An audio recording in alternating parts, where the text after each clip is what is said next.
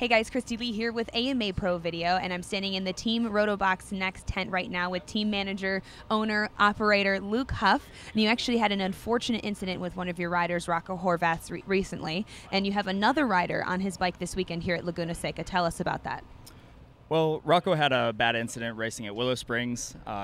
He had a really minor crash, but unfortunately there was a rider following really close to him, ended up running right over him. He sustained a lot of damage. The worst of his injuries were spinal injuries, which since then, which has been about a month and a couple weeks ago, he's not been able to move from about mid-abdomen down. So it's a pretty dire situation. The kid's only 17 years old, just graduated high school, getting ready to start his serious AMA career. And now he's in the hospital trying to figure out how he's just going to move from here forward and enjoy his life. So what we did as somewhat of a tribute is a friend of his, Travis Ogie, who had been racing all this season but didn't have a ride. They're friends, and Rocco has a bike, and he still wants to be involved in racing as much as possible, so here it is.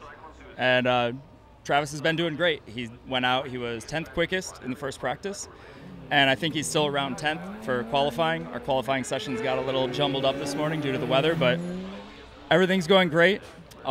We really want to thank the John Block group here.